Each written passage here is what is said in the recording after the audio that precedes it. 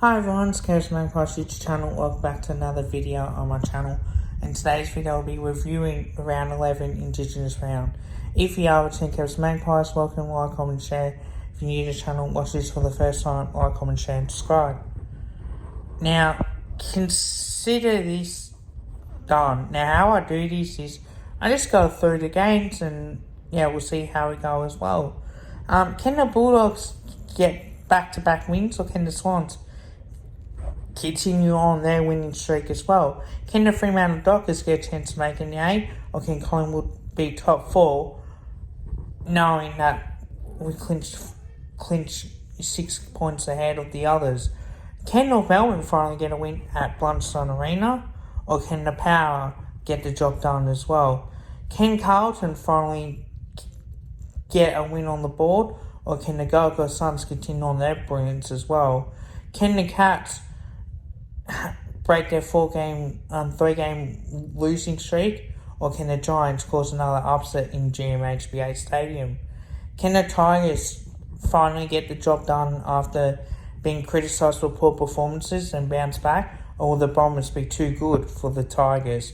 Can the Hawks continue on their winning streak against the Lions, or can Brisbane break it? Can the D's at the MCG,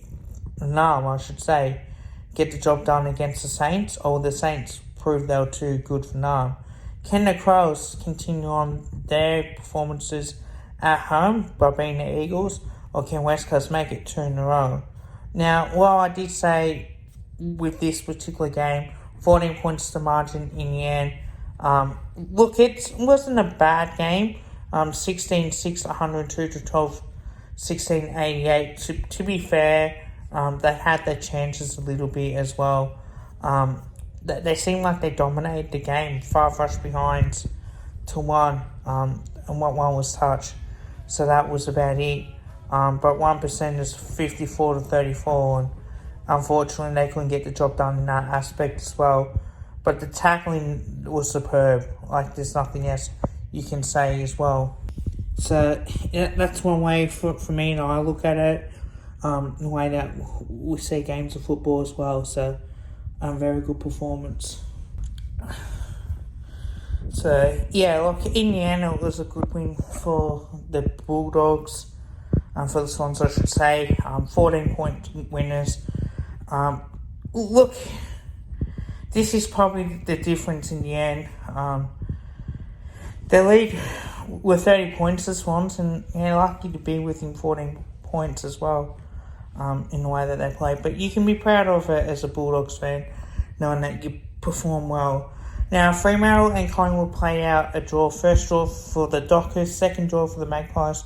And the last time we had 2 draws in 2010, and we won the premiership in that, the grand final, and also Queen's birthday as well. But for me, I did the review. I didn't do disposal efficiency, but the difference and that's one thing that disappointed me as well, 73% disposal efficiency to 66.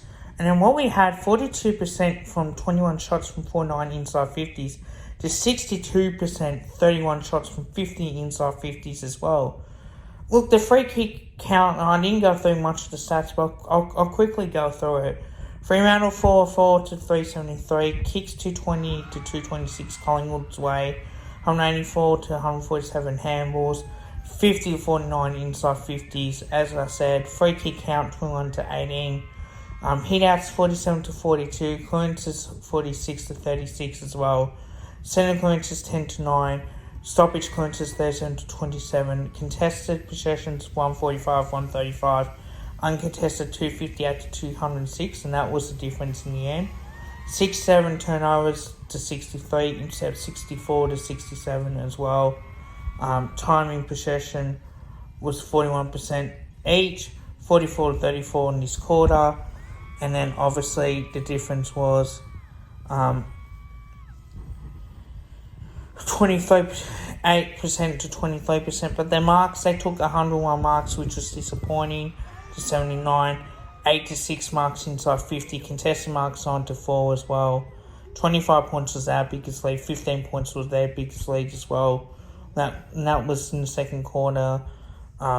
tackles 80 to 73, that's the difference in the end. And then 16-10 tackles and the 451%, 44-42, bounces 5 each as well. So, again, disappointing. The injuries that we've had as well, that certainly didn't help, but we did have players that came back as well. It was a controversial call in which the umpires paid a free kick for not giving the ball back to the umpire, but I will say for later on in the Hawthorn Brisbane game, so just keep an eye on that as well. Fremantle, North Melbourne again were terrible, but they were competitive up until quarter time as well. After quarter time, they were too good in the end. But when you look at it, 16-11, 111, 16-11, 107 to 76-48. Very good performance from the Power. I don't know why they wore their Clash Indigenous jumper. I would have preferred they wore the black Indigenous jumper, which would have helped a little bit. North Melbourne were wearing their Indigenous jumper with blue shorts, and Port Adelaide with white shorts with their Clash as well. Now, Carlton did get the job done by 29 points, 15-12, 102 to 11-7, 73. Look, good performance from the Blues after half time, to be fair. The third quarter, they did dominate, but the Gold Coast Suns, they were competitive throughout the whole game as well. And one thing that is a concern for me, and I did say the Gold Coast Suns was going to win, so I admit I got that one wrong. But Carlton are proving that when you play like they play, it's good. But they're too inconsistent. That's the only issue. Patrick Cripps clearly took the mark before Charlie Curnow stole it out of his hands to kick a goal as well, which I didn't like.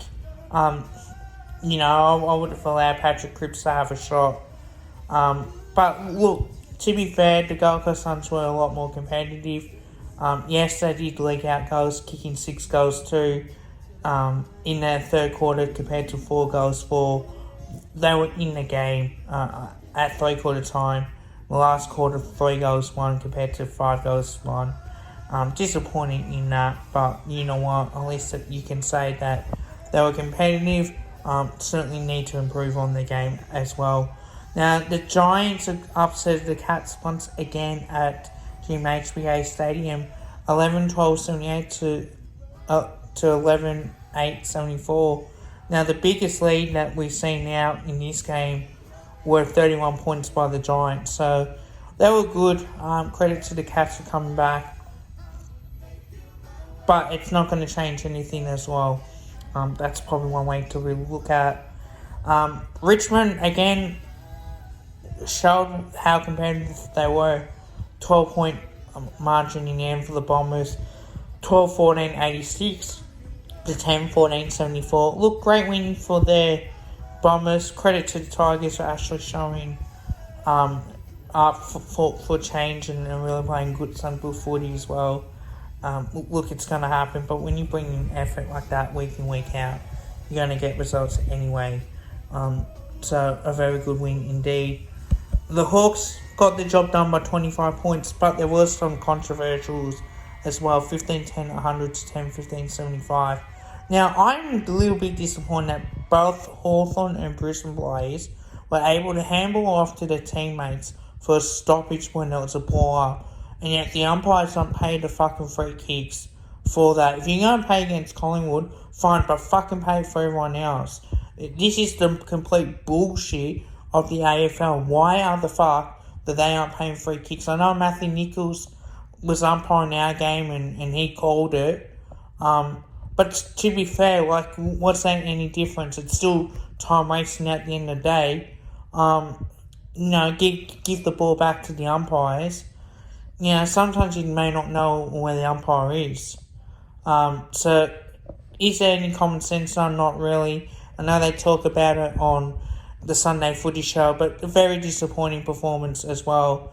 The fact is they allow this to happen. It's pretty piss poor, and I think it's time that they admit that they got these ones wrong and said that should have been a free kick. Because if they say, tick it off, that's pretty piss poor as well. They're both intentional time wasting as well, but credit to the Hawks, they actually played well, and they've undefeated since 2020 as well. Melbourne got the job done by 38 points, 14-16, 100 to 9-8-6-2. Did do a vlog for this game as well. I hurt my ankle. I definitely rolled my ankle. So it's not good. So I'm just relaxing at the moment. But one thing that stood out for me was with Nam. They really showed how good they can set up defensively. And when they get the handballs out in the corridor and they take on that quick ball movement as well, that they can score. St Kilda was slow balling. So were Melbourne at a point, but at least Melbourne were able to get the ball quickly too and hold that possession game quicker. Stephen May was good. I thought Max King was good as well for the Saints. And I definitely did think that, because when you look at how they play, Jack Higgins kicked 2 crunch time goals as well. But I did thought that Mitch Owens had 18 disposals and a goal. Max King kicking 3 goals from his 14 disposals really showed how good he was. Marshall had 13 disposals, 16 hit-outs.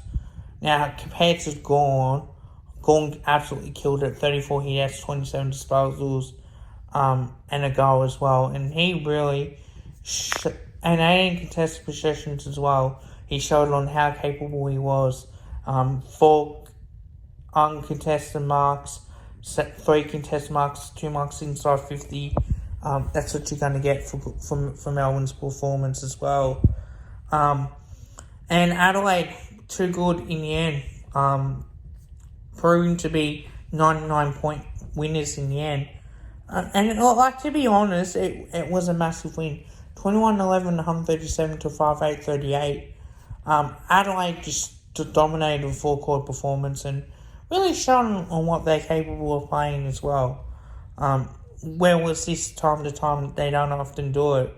But now this gets very interesting as well. So the top 8 is probably about right where it is. Fremantle moved up to 9th since the draw, or because Melbourne won as well, they're into 4th, but this does get interesting as well. Hope you guys liked the video. Don't forget to drop a like and drop a sub. Bye for now.